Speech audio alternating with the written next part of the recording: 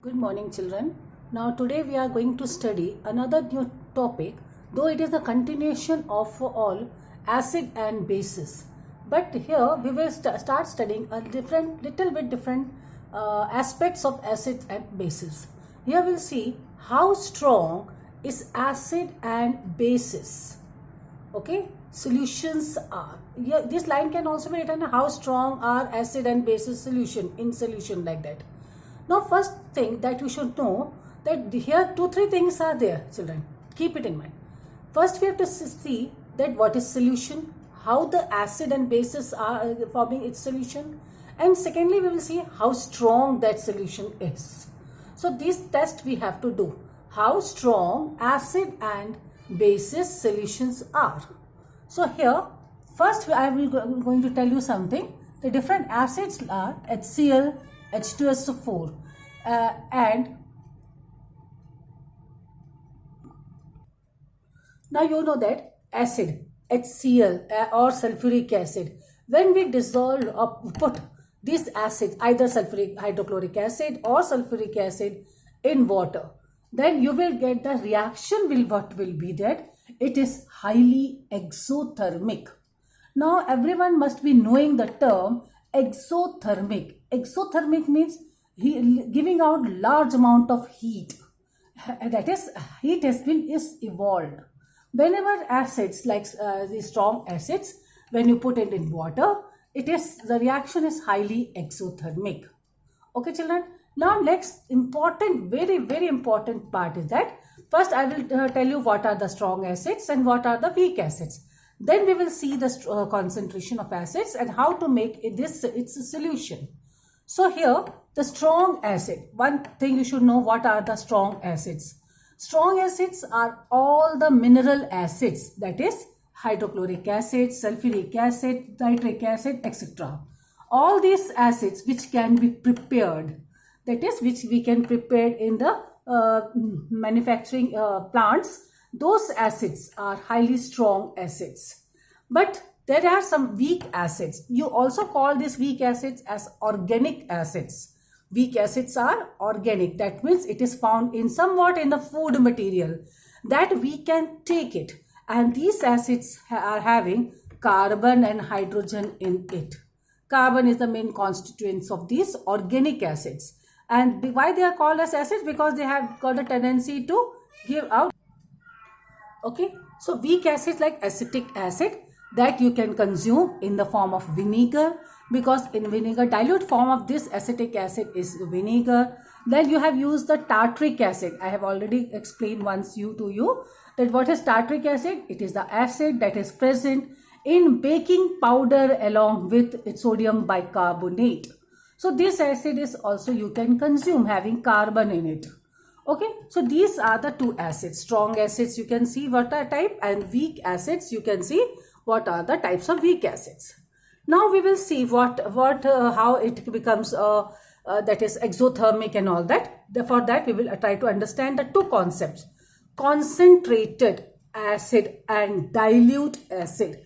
Here you have to study the term concentration, concentrated. Though we have discussed this word once, but still again I will tell you. Concentrated solution or concentrated acids are those acids in which the amount of acid is more and amount of water is very less. Suppose 98 point or 97.95% this percent amount of acids and less amount of water, then you call it as concentrated acid. And dilute acid means in which the amount of acid is less but water amount is more. That is more amount of water in this. You can call it as solvent is more. Okay. So now here we will discuss one important topic, how to prepare a dilute solution or how to prepare acid or base solution. Though we have discussed just once, I have told you one thing, that these reactions are highly exothermic. Okay. So this we will discuss. Acids, these dilute acids can be prepared. One thing very important that you have to keep it in mind, children, that never add water to acid. Okay, never add water to acid to make it dilute. We have to add acid to water. I will explain you in detail. Take a beaker, take some amount of water in it, or fill, okay, 3/4 part water you can add it, and then put small amount of concentrated acid. These concentrated acids means like hydrochloric acid or sulfuric acid. Suppose you want to prepare a dilute solution of sulfuric acid. So you have to take water in a beaker, add small amount of sulfuric acid with constant stirring. Okay, you will feel that the beaker becomes hot. It becomes hot because a large amount of heat has been liberated during this process. As I have told that it is an exothermic reaction. Heat is evolved. Never add never add water to acid. Now don't take a large amount of acid, some amount of acid in a beaker and start adding water. Don't do that. What happens in that? A person making a dilute solution in this form can be hurt very badly. As it is exothermic, as soon as you put water in it, immediately the acid will starts evaporating. That means reaction will be highly exothermic, heat is evolved. So what will happen? This acid starts forming a vapors. Okay, it's large amount of droplets or vapors will be formed and it starts splitting out. And the person who is dealing with it can get hurt and can burn very badly. So this is very much prescribed that you can never make dilute solution by adding water to acid, but you should always prefer to add acid to water.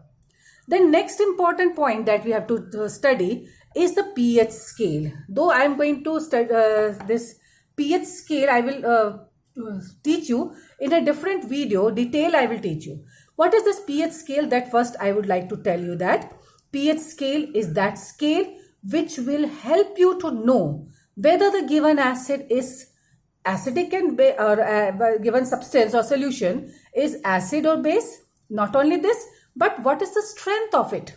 Whether it is a strong acid or a weak acid, or strong base or a weak base. Both can be known by seeing its color. That we will discuss in our next video. And but the initial introduction I will give it to you. pH scale was discovered by Søren Sørensen. Okay, Søren Sørensen was the chemist who have discovered this pH scale in 1909, and later it was revised to a new form or some different view or a different perspectives added to it with a new version of this pH scale, and it was done in 1924. So detailed study about pH scale with the diagram and with the various types of activities, if possible, I will show you in the lab.